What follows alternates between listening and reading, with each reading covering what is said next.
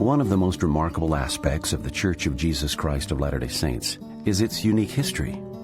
Throughout the world, great stories from faithful church members have only added to that history.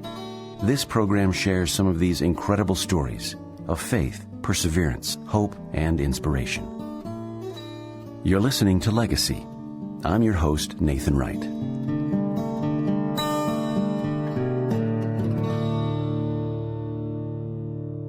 From the beginning of this earth's history, mortals have felt the need of establishing sacred sanctuaries where they can get away from worldly concerns and receive instruction pertaining to the eternities.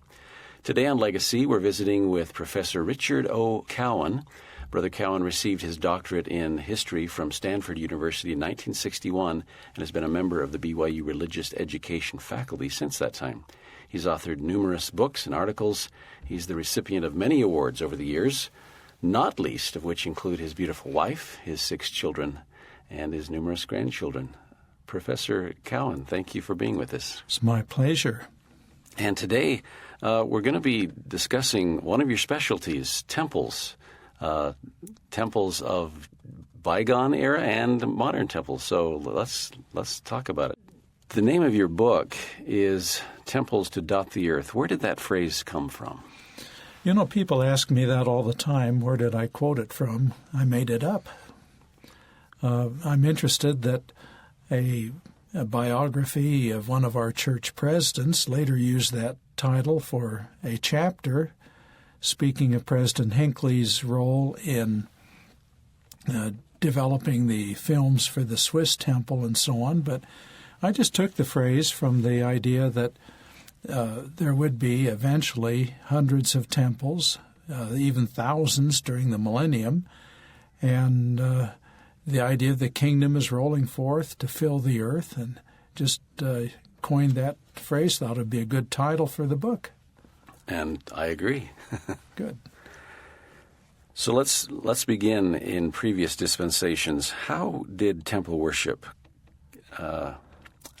differ in previous dispensations than what we are familiar with now? Well, basically, in those early times, the temples filled 2 essential functions. Dr. Hugh Nibley, a Latter-day Saint scholar who spent decades looking at ancient Near Eastern religions, pointed out that those people typically believed that the temple was the highest point in our earthly world where the heavens would reach down and make contact. So the temples were thought of as places of revelation, places of communication between God and man. And also they were sites for sacred priesthood ordinances. Now people ask all the time, are the ordinances that we know today the same as the ordinances that were known then? Well, I remember what President Joseph Fielding Smith said about that, and that is that temple worship is sacred, so it isn't any big surprise that we don't have detailed information. But we know that the ancients thought of temples as sacred places apart. They thought of it as leaving the world behind when you would go to the temple. And that same feeling is true today. And I find it interesting that those 2 functions of temples that we mention, communication or revelation for one, and sacred ordinances for the other, both have been restored in our own latter days, but piecemeal, step by step. Thank you. We're discussing temples because that is one of your specialties in church history. How did that come about in your life? I grew up in Southern California, and when I was young, we didn't have a temple there. So our stake sponsored what we called temple excursions. That meant that a group went either in some cars or in a chartered bus to the Arizona Temple in Mesa or to the St. George Temple, where we would spend 2 or 3 days doing temple ordinances. Well, it took us youth a lot less time to perform our baptisms for the dead than it did the adults to participate in the endowment. And so that gave us a chance to be together. And in Southern California, church members are a little more scattered, so we tended to see our church friends only at church. And especially friends in other wards, we would see only occasionally. And so these temple excursions were times when I could associate with other young people that had similar ideals and standards. And I guess, came to love temples at that time. Well, finally, the great news of the Los Angeles temple's construction was announced. That was when I was in high school. And I remember when the Church News came out with its issue with the architect's rendering of the future temple on the cover, I took that to school and showed it to friends and even teachers, even though, as far as I knew, I was the only Latter-day Saint in our school. But I was just so interested in that subject and what was coming to our city. Well, then construction started, and while the temple was being built, I went on my mission, a Spanish-speaking mission to Texas and New Mexico, and I was released just barely in time. I got home on a Tuesday evening, and the temple was dedicated the following Sunday, so I got to attend. And all those early experiences, I think, started my love for temples, and it's only continued since that time with the opportunity to participate in temple worship, first of all in Southern California, and then, of course, here in Provo since I've been at BYU. You mentioned early in your book that even the practices of so-called heathen temples can provide valuable insight into the true nature of temples and temple worship. How is that? You know, it's interesting that we talk about temples as a place where we come close to our Heavenly Father. Well, when I think of the word oracle, I think of the oracle at Delphi, where the ancient Greeks, when they wanted to receive the Word of God, would go to that temple. And they would have some young women who would fast for an extended period before the time came for receiving the Word of God. And then they would inhale some narcotic smoke that would send them on some sort of a trip, and they would utter strange sounds, and the priest at the temple would interpret that as the Word of God. So even though I'm sure President Monson is grateful that that isn't the way that Revelation comes, it did reflect the idea that when you wanted to come close to the Lord and receive His guidance, you would go to the temple. Then another example is, say, at the temple at Karnak in Egypt, where the worshipers would dress in sacred clothing, then enter the temple, and individuals representing messengers from heaven would give them instructions concerning how to return to the presence of God. And they would move from area to area in the temple, perhaps suggesting their forward progress until reaching the point where they would enter the space thought of as the dwelling place of God. Now, Elder James E. Talmage, in his great book, The House of the Lord, indicated that the temple endowment is to teach us that path that leads us back into the presence of God. So even though you might say the mechanisms or the specific procedures were different, the spirit was the same. The idea of the temple being a place where you would come to learn about returning to the presence of God and also be close to Him and receive His guidance for this life. What are some of the things that can connect us with previous dispensation temple worship? In Solomon's temple, there was a font in the front of the temple, a large basin on the backs of 12 oxen, representing the 12 tribes of Israel. Now we know that baptism for the dead, which is a practice in the temple wasn't instituted until New Testament times, so the Solomon's temple was actually earlier. We understand there may have been baptisms for the living in that font, but that pattern has been followed by temple baptismal fonts in our present time. The Scripture requires that these fonts be located in a lower part of the building because they represent a grave. And, of course, baptism is symbolic of a burial and a resurrection for a newness of life.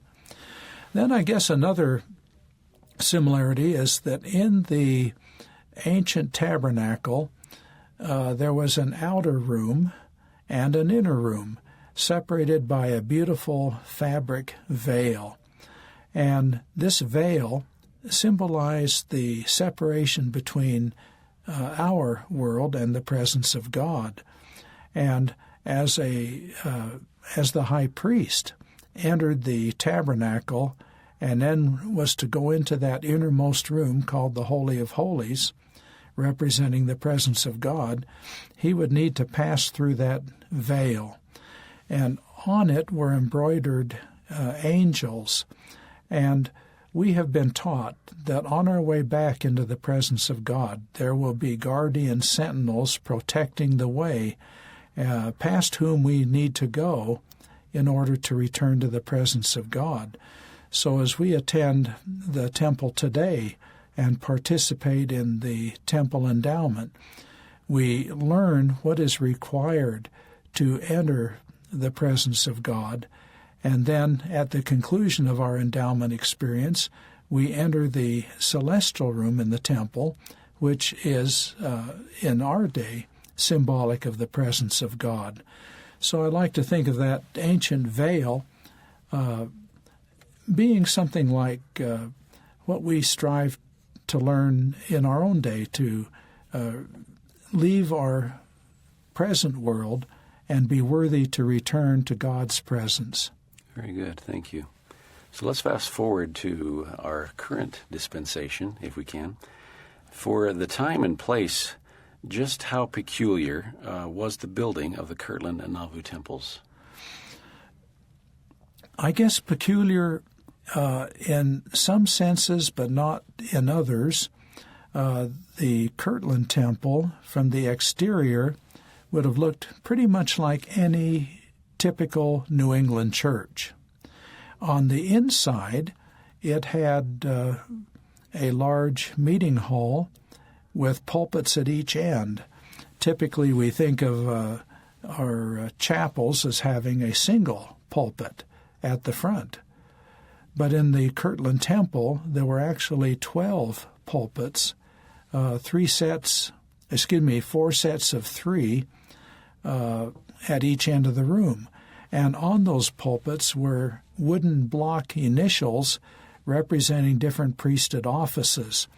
And so people who held those offices, elder, high priest at the Melchizedek priesthood end, or deacon, teacher, or priest, or bishop at the Aaronic priesthood end, would sit in these different spaces, and that helped the early saints learn the difference between the various priesthood offices and their relative authorities.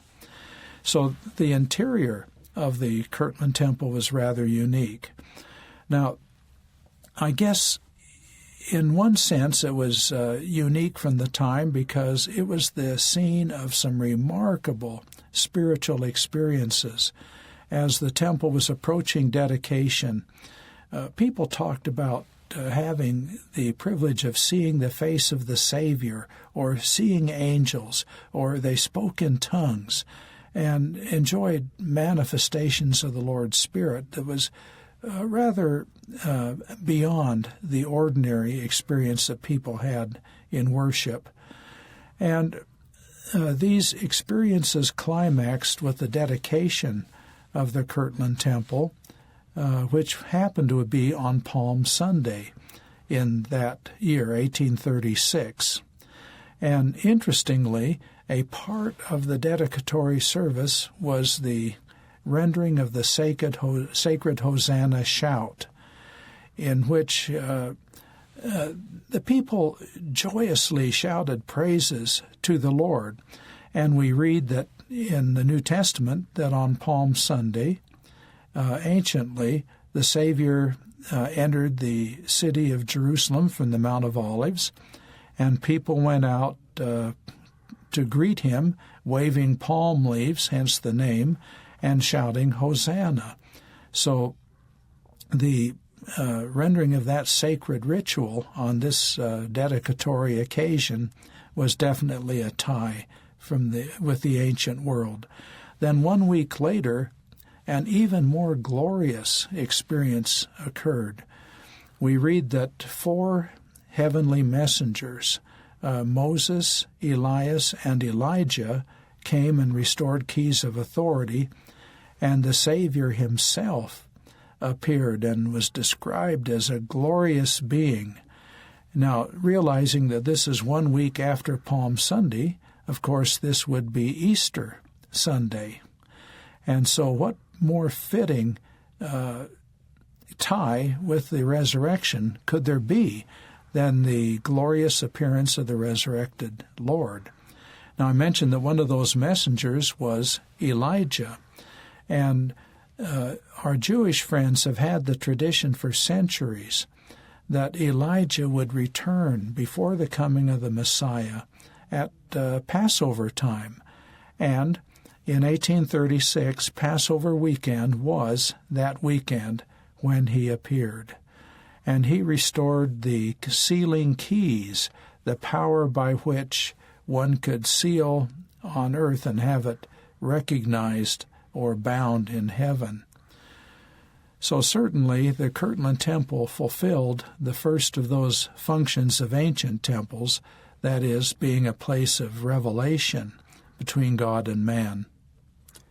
It seems like the purpose of the Kirtland Temple differs a little bit from the temples we have today, based on what you've said about the restoration. President Harold B. Lee made the statement that if nothing else happened other than what we just described on that Easter in 1836, construction of the Kirtland Temple certainly would have been worth it. Fulfilled its purpose. Definitely. So let's talk about Nauvoo. What was different about it? The Nauvoo Temple followed the same general pattern as the Kirtland Temple, except now there was a baptismal font in its basement. We know that that temple was built beginning in 1841 and dedicated in 1846. In 1840, the prophet Joseph Smith had referred to the teaching in 1 Corinthians in which Paul used the Corinthians' practice of baptism for the dead as an argument in favor of the resurrection. He asked them, why in the world are you baptizing for the dead if you don't believe in the resurrection? So the prophet cited the fact that we have the privilege of being baptized for our loved ones who died without the opportunity to receive that ordinance or to accept the gospel. And so, as the temple was built, it did have the facility, the font, where that ordinance could be accomplished. In 1842, the prophet taught what we today know as the Temple Endowment, this course of instructions teaching us the path leading back into the presence of God. So the Nauvoo Temple also included an area where individuals could receive those instructions, and that area was divided by partitions into segments representing the creation of the earth, the Garden of Eden, our present world, the terrestrial world, and then eventually the celestial world. And just as had been done in ancient Egyptian temples, the worshipers moved from area to area as the instructions unfolded until they emerged in the celestial room, which was the most beautiful area in the Nauvoo Temple. So even though from the outside, the Nauvoo Temple was somewhat similar to the Kirtland Temple and had the two large meeting halls as had the Kirtland Temple. It did now have these other facilities which accommodated the temple ordinances. Then I guess one other thing we ought to comment about the Nauvoo Temple is that on its exterior were pilasters with a representation of the moon at the bottom and the sun at the top. And then there were also representations of stars, which remind us of the 3 degrees of glory, the glory of the stars, the glory of the moon, and the glory of the sun, as, again, Paul spoke about in 1 Corinthians 15. And we know that similar representations were later placed on the exterior of the Salt Lake Temple. Thank you. We're talking on Legacy today with BYU Professor Richard O. Cowan about temples. You mentioned some design factors in the Nauvoo Temple. Let's go back. In ancient times, the Lord gave instruction of how temples were to be built. Where did the design for modern temples come from? It's interesting in what we know as Doctrine and Covenants, Book of Revelations, section 95, the Lord promised that he would reveal to 3 men whom the church would appoint the pattern after which the Kirtland Temple was to be built. And they chose the 3 brethren who had recently become the first presidency of the church. And shortly after that time, these 3 had a remarkable experience in which they described seeing the future temple in vision. They stood there and looking at it, seeing what its exterior would be like. And while they stood there, the temple seemed to move and come over them so that they were now inside the temple and could see what the interior should be like. And one of those men, Joseph Smith's second counselor, Frederick G. Williams, later testified that the Kirtland Temple matched that vision in every detail. Now, when it came time to build the Nauvoo Temple, Joseph Smith describes having seen it in vision. And at one point, the architect questioned placing round windows on the side of the building. He said it was architectural style to place round windows on the small end of the building, but not on its longer side. But the prophet said, I have seen how magnificent that temple would appear at night with a light in each of those round windows. So he had seen the Nauvoo Temple in vision. Now, coming down a little bit later, after the Latter-day Saint pioneers had come to Utah, the prophet Brigham Young, Joseph Smith's successor, described how he went to the place where the temple would later be built and saw it in vision, so he knew where the temple should be. And he placed his cane in the ground, saying, here we will build a temple to our God. And then 6 years later, as construction was actually beginning, he described what he had seen, that the temple would have 6 towers, 3 at each end of the building, representing, in one case, the lesser order of priesthood, the Aaronic, or the other end, the higher priesthood, or Melchizedek priesthood. So once again, the prophet saw the temple in vision, and so that's how the design was given. Thank you. Let's talk about the metaphor of mountains and temples for a few minutes.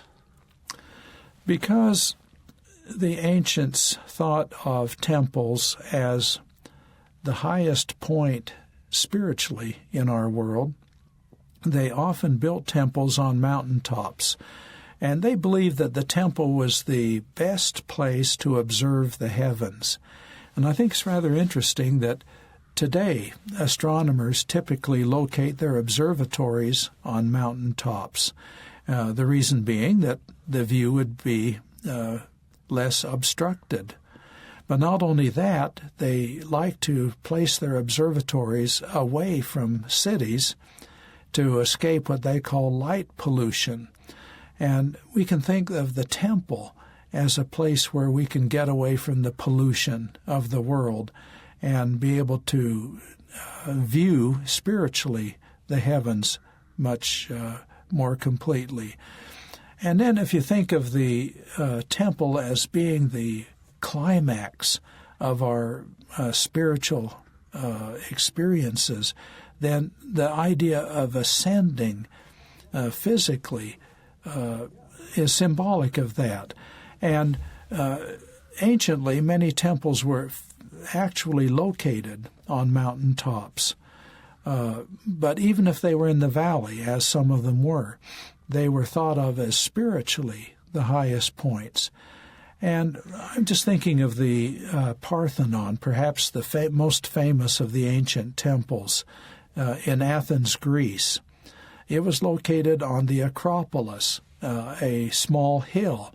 Now, it wasn't a lofty mountain like Mount Olympus, but still people would have had to look up to the temple, which I think is an appropriate symbol. Thank you. So we move on from Kirtland and Nauvoo to Salt Lake City. You mentioned that Brigham Young in vision saw where the temple would be and what it would look like. How were other sites in Utah selected for temples? You know, there's some interesting stories about that. In the first temple actually started in Utah was the Salt Lake Temple, but it took 40 years to be completed. During that time, 3 other temples were constructed, beginning with the St. George Temple in southern Utah. And a site for that temple had been selected by President Brigham Young. And as the builders began preparations, they could see that there were springs of water there, and they said this site is soggy and wouldn't be suitable for a building such as a temple. Well, President Young said we can't move it from this site because this site was dedicated by ancient Nephites. Now later, to compensate, the builders actually constructed a primitive pile driver by filling an old cannon with lead and then hoisting that cannon up on a scaffold of some sort, and then allowing it to drop and pounding the rock into place, and that's how they created a solid foundation. Well, then at Manti, in just south of Provo, about an hour and such drive, again there was a question. There had been a prophetic statement that the Manti stone quarry would one day be the site of a temple, and so many people looked forward to that. But just to the north was a slightly larger town, Ephraim, and people in that town felt that should be the site of the temple. And so this is in the 1870s. There is some rivalry between those two factions.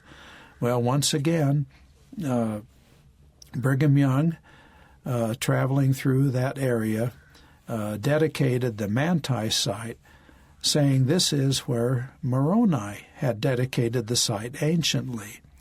In the Book of Mormon, we understand that the final battle in which the Nephite nation was obliterated took place in 385 A.D. Then Moroni, the son of the final Nephite general Mormon and great prophet, Moroni then lived a rather solitary life until finally concluding the record we have in the Book of Mormon 35 years later in 420 or 421 A.D. So during those 35 years, he could have wandered quite a long distance and apparently at some point passed through what is today Utah and dedicated that site.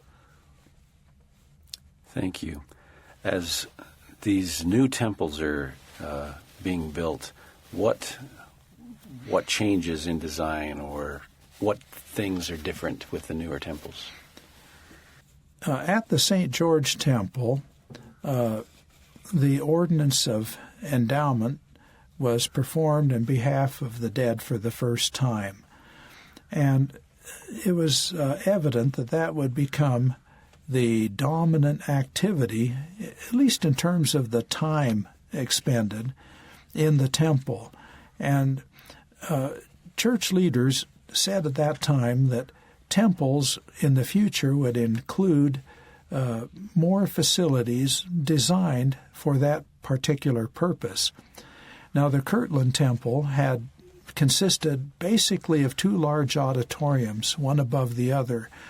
The Nauvoo Temple followed that same general pattern, as did the St. George Temple. So the next temples built, the Logan and Manti temples, changed in the sense that only the upper of the two large auditoriums was retained. The lower part of the building now was divided into separate rooms designed more especially for preventing that endowment instruction, detailing the path we need to follow to return to God's presence. Then, as the Salt Lake Temple was built, it followed a similar pattern with the exception that an additional intermediate floor was included with council rooms designed for the use of the leaders of the church. Then, as we move into the 20th century, church leaders instructed that temples would not necessarily need to include all the facilities of those in the past. For example, that upper large assembly room was not needed. And also, they looked in a new century to a more modern era, so they indicated that the temples would not need to have spires, which had characterized all the temples up until that time. So the Alberta Temple, the Hawaii Temple, and the Arizona Temple, the first three built during the 20th century, followed a rather different exterior pattern. Almost have an ancient look to them. Yes, they did. Particularly the Arizona Temple was described as being something like some of the ancient American structures with different tiers, such as the pyramids we see in southern Mexico. It wasn't a pyramid, but it had that tiered effect to it.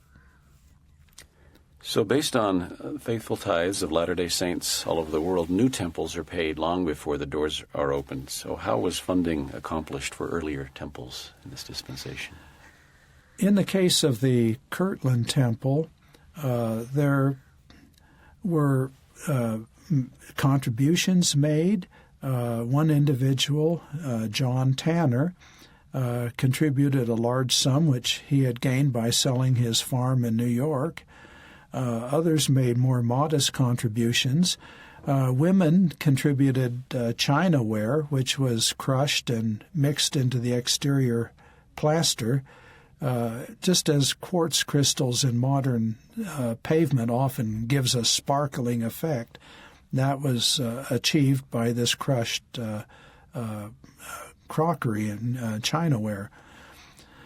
In the case of the Nauvoo Temple, again, there was great sacrifice involved. One individual, Joseph Toronto, contributed $2,500 in gold coins. During the construction, though, many of the workmen had to go without any guarantee of being paid. They were willing to contribute their labors. And so there is much contribution in commodities or in labor.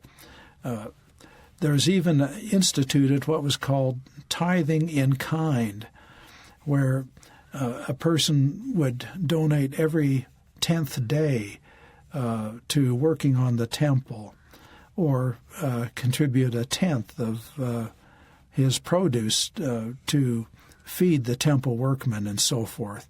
So funding was done in different ways, but represented the faith of the saints in contributing the means that were needed to build the temple. What had to change when we started building temples outside of the United States? I guess one change was the size of the temples. Some of the temples abroad have been smaller. President David O. McKay, in announcing plans to build the first what we might call overseas temple in Switzerland, indicated that this would be just the first of several temples that would be located closer to where the people were. So he said, of necessity, they will need to be smaller. Now, that same pattern was repeated in the 1980s under President Spencer W. Kimball, and particularly at the end of the 20th century under President Gordon B. Hinckley. Now, it's rather interesting to consider what has happened in temple building in just the last, say, decade or so. When President Hinckley became the president of the church, there were 47 temples in service. In 1997, he traveled to the Mormon colonies in northern Mexico in the state of Chihuahua. And as he went there to help commemorate the centennial of a church school located there. And as he traveled from El Paso to this location, he was quite talkative, the stake president reported, who had driven him from the El Paso airport. And among other things, they talked about the faithful saints, the fact that well over 100 mission presidents had come from just that small little group of people, now only 2 stakes. And President Hinckley evidently was quite impressed, and he asked, well, where do you folks need to go when you go to the temple? And it was at that time to the Arizona temple at Mesa, which required the crossing of an international border, which even then was becoming problematic for some of the saints, particularly the Hispanic saints. Well, on his way back to El Paso, the stake president reported that the prophet was very quiet, contemplating something that was on his mind. And later we understand that after he was on the airplane, President Hinckley took out a paper that he had with him and sketched his idea of a much smaller temple, one that would have all the facilities for all the ordinances, but in a much smaller space than had been traditional. And so that pattern was announced in later that same year, 1997. 3 temples were to be built, one at Colonia Juarez in Mexico, the other in Anchorage, Alaska, and the third in Monticello in southeastern Utah. The Monticello temple was pushed quicker because it was closer to church headquarters, and the brethren wanted to have the opportunity of seeing how everything worked out. And so it was the first of these much smaller temples dedicated, followed by those other 2. And since that time, over 60 of these smaller temples, ranging from 7,000 to, say, 17,000 or so square feet, have been dedicated around the world.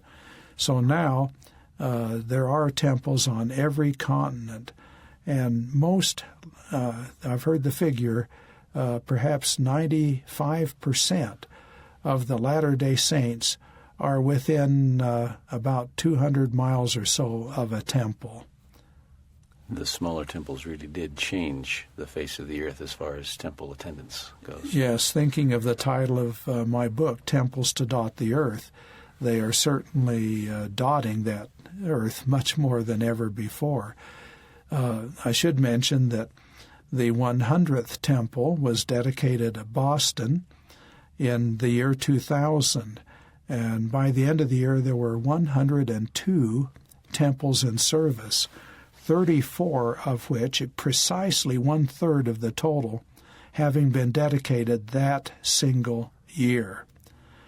Now, President Thomas S. Monson has continued the pattern of building temples, announcing several new temples, including temples in Rome and near Kansas City and in Lisbon and various other points around the world, in Japan and so on. And so the process of seeing these temples even more fully dot the earth is certainly moving forward. I was able to attend the Kiev, Ukraine temple dedication as a church employee, helping with that over there, and it is just remarkable to see how it changes the people and the landscape, actually. Well, until that time, the faithful saints in Ukraine had to travel to the Freiburg Temple in Germany, which for them was a lengthy journey and one that most people just couldn't make. And that's, I think, a great example of how we're seeing temples closer to the saints. And it used to be that you would hear stories of Latter-day Saints selling their home and all their other property just in order to raise money to travel to the temple so their family could be united by priesthood ordinances for eternity. Well, now that the temples are closer to most of the members, a different kind of sacrifice will be required. Not selling your property, but finding time in one's busy schedule to go to the temple, which is closer by, but go there more regularly. So how many temples are there today? Well, today there are 134 temples in service. There are enough others that have been announced or at some point of construction to bring the total to over 150. Do you have a specific story of any temple dedication or something very significant you'd like to share? So I think of this whole range of temple building. I'm just impressed with the fact that there's been divine guidance in building the temples. We talked about how the Lord had blessed the early saints with visions of the temple and so on. Well, we find, again, the fact that divine inspiration has accompanied the building of temples. One example, I think of the faith of the saints in French Polynesia, Tahiti and the other adjoining islands.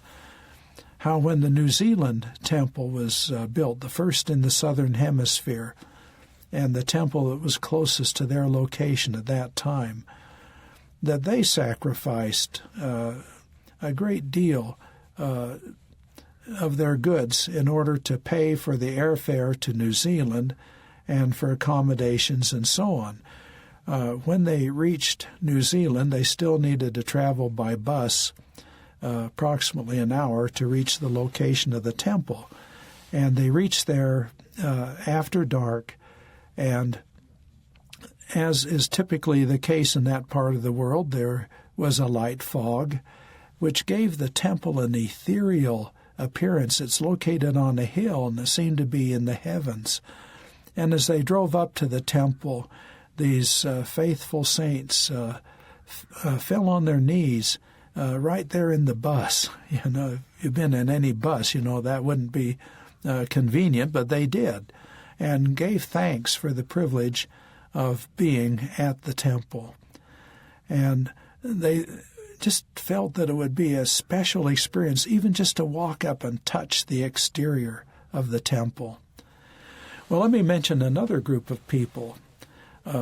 A milestone in temple history occurred in 1945 when the temple ordinances were presented for the first time in a language other than English. And this was done at the Mesa, Arizona temple, and the language was Spanish. And each year after that, a Lamanite conference, as it was called, was conducted each fall. For a week, people would come from all over the southwestern United States, from Mexico, and even from Central America. Again, a great sacrifice for covering the cost, but going to the temple. And for many of these people, their local branch was just a small group of people worshiping in some dingy rented hall. So going to the temple where there were 200 or 300 other faithful saints in that beautiful building gave them quite a different vision of the church. And for the youth, they had the opportunity to associate with other faithful young people and in cultural type events, in addition to the time they spend in the temple performing the sacred ordinances. But one story that I remember is early one morning, some giggling was being heard from the direction of the ladies' room in the building where the saints were being accommodated. And the mission president's wife thought, oh no, some of the young girls have been out all night and are just coming in. This shouldn't be. So she went to check on it. And when she went into the ladies' room, she saw two older sisters, gray-haired ladies, in front of the mirror combing their hair. And she said, Hermanas, sisters, why are you up so early? And they said, well, today is the day that we are to be sealed to our husbands. Now, each of them were widows, and so there would be a proxy representing their husband. But they said, we want to look our best on this very sacred day. And so we knew that if we waited, the younger ladies would monopolize the mirrors, and we wouldn't have a chance to get ready. So they had got up early to prepare themselves for that special day in the temple. And to me, that just captures the faith and the spirit of these wonderful Spanish-speaking saints. Beautiful, thank you. We're out of time, and I really appreciate you visiting with us on Legacy today, Dr. Cowan. It's been a great privilege to have you. It certainly has been my privilege as well. Thank you.